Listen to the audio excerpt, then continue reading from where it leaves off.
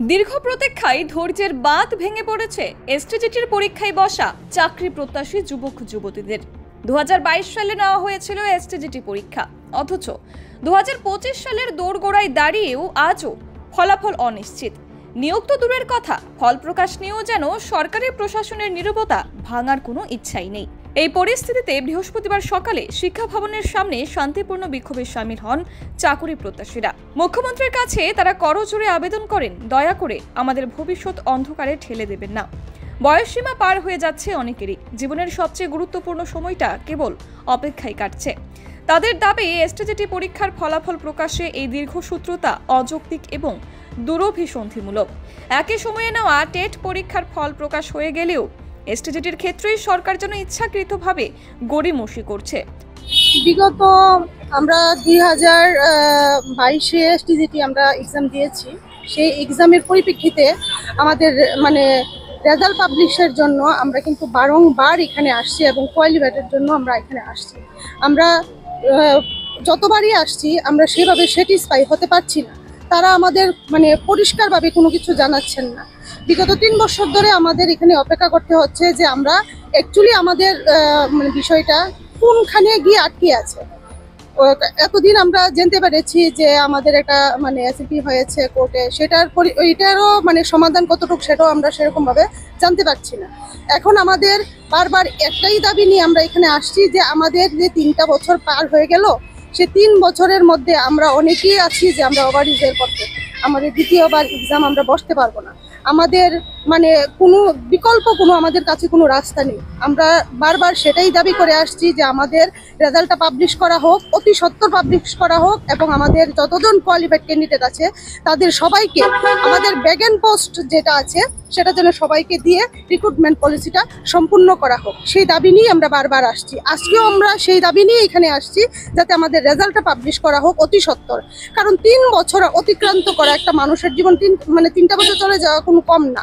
3 দিনের যে জায়গার মধ্যে, 3 মিনিটের যে জায়গার মধ্যে কারোর নিঃশ্বাসের বিশ্বাস নেই, সেই জায়গার মধ্যে আমরা 3টা বছর পার হয়ে গেছি। যদি সরকার কোনো ডিসিশন নেওয়ার ছিল, যদি এটা অন্যরকম ডিসিশন, সেটা 3 বছর আগেই নিতে পারতো। পরীক্ষাটা যদি তখন যদি খারিজ করে দেওয়া হতো তাহলে আমরা হয়তো এই নিয়ে এত আশাবাদী হতাম না। কিন্তু আমরা আশাবাদী আছি এই কারণে, কারণ আমরা যতবার গিয়েছি শুধু একটাই বলতো যে তারা কোনো ভালো ডিসিশনে যাবে, তারা আমাদের জন্য ভালো চিন্তা ভাবনাই যাবে। কিন্তু এখন দেখা যাচ্ছে এতটা দিন চলে যাওয়া সত্ত্বেও আমাদের কাছে সেরকম কোনো উত্তর আমরা পাচ্ছি না।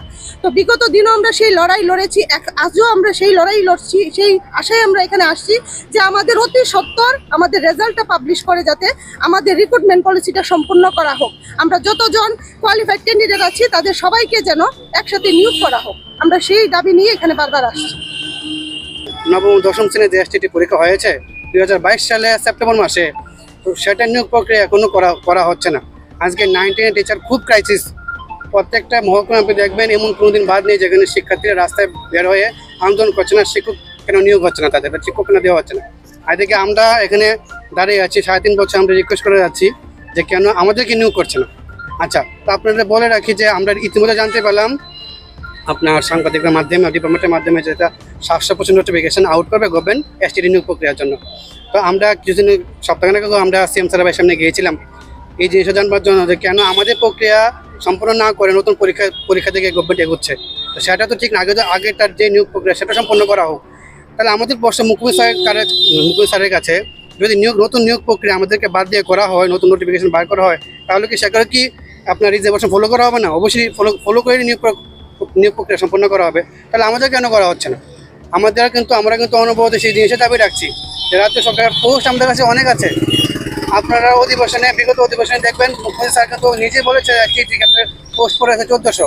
তা আমরা সেটাই বলছি যে যেহেতু নিয়োগ হচ্ছে না, গত 6 বছরে খালি এসটি নিয়োগ হয়েছে 600 সামথিং, সেই জায়গায় টেট নিয়োগ হয়েছে 3-4 হাজার। তো আমরা নবম দশম শ্রেণী যেখানে শিক্ষার্থীরা তারা দিক নির্দেশক করে ভবিষ্যতের দিকে, ওই জায়গায় শিক্ষক নিয়োগ হচ্ছে না। তা আমরা বলছি প্রায়শই, আমরা রিকোয়েস্ট করে যাচ্ছি রাজ্য সরকারের কাছে, মুখ্যমন্ত্রী স্যারের কাছে অনবরত এবং অন্যান্য মন্ত্রীবর্গদের কাছে, যাতে তারা নিয়োগ প্রক্রিয়া সম্পন্ন করে। কিন্তু সেটার জন্য পোস্টটা ইনক্রিজ করে যতজন কোয়ালিফাইড করেছে। এখানে এমন না যে আমরা অনেক দাবি করছি যারা পাস করেনি তাদেরকে দিয়ে দিতে। যারা পাস করেছে গভর্নমেন্টের কাছে কিন্তু পোস্ট ইনক্রিজ করার পাওয়ার আছে, গভর্নমেন্ট অনায়াসে পোস্ট ইনক্রিজ করতে পারে। আর আপনাদেরকে বলে রাখি যে 230 পোস্ট নোটিফিকেশন বের হয়েছিল, সেখানে কিন্তু হাইকোর্ট অর্ডারে এসটি পোস্ট বেরিয়েছিল, এসটি পোস্ট কমানোর কথা বলেছে। তো সেই ক্ষেত্রে আমরা ডিপার্টমেন্টে অনেকবার ভিজিট করেছি, রাজ্য সরকারের কাছে প্রতিনিধির কাছে আমরা গিয়েছি, ওনারা বলছে যে না পোস্ট কমবে না, পোস্ট ইনক্রিজ করবে। তো আমরা এটাই বলছি যে পোস্ট ইনক্রিজ করে সেটা যেন সবার জন্য করে, কোনো ক্যান্ডিডেট বাদ নেই যারা পাস করেছে। আমরা দেখলাম বিগত সময়ে আমাদের অর্থমন্ত্রী উনি কিন্তু 2-3বার মিডিয়ার মাধ্যমে বলেছে আমরা সবাইকে নিয়োগ করবে।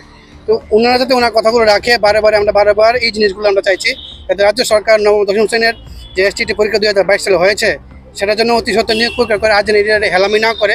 এবং মুখ্যমন্ত্রীর কাছে আমরা বিশেষ করে আবেদন রাখবো উনি যাতে বিষয়টা গুরুত্বপূর্ণ সহকারে দেখে নিয়োগ প্রক্রিয়া অতি দ্রুত যত সম্ভব সেটা সম্পন্ন করে, কিন্তু সেটার জন্য যতজন কোয়ালিফাইড করে সবার স্বার্থে যদি পোস্ট ইনক্রিজ করে সবার জন্য নিয়োগ করে, কাউকে বঞ্চিত না করে, যেহেতু শিক্ষক স্বল্পতা এখন রাজ্য জুড়ে আছে। ধন্যবাদ। আজকে আমরা মূলত এসেছিলাম, আমরা আগরতলায় আশেপাশে কিছু ক্যান্ডিডেট এসেছি আজকে আপনার ডাইরেক্টরের নিকট, আমরা এনসি শর্মা অধিগত ওনার কাছে আমরা ডেপুটেশন জমা দিতে যেন অতি সত্ত্বর নিয়োগ করে সম্পন্ন করে, এবং যদি পোস্ট ইনক্রিজ করে আপনাদেরকে একটা জিনিস বলে রাখি ক্লিয়ারলি, 230 যে নোটিফিকেশন বেরিয়েছিল সেখানে যদি পোস্ট ইনক্রিজ করে তারা সেটার জন্য যারা কোয়ালিফাইড করেছে সবার জন্য নির্ধারিত করে সবাইকে জন্য দেওয়া হয়, কারোর জন্য বঞ্চিত না করা হয়। Bureau report, PV north east.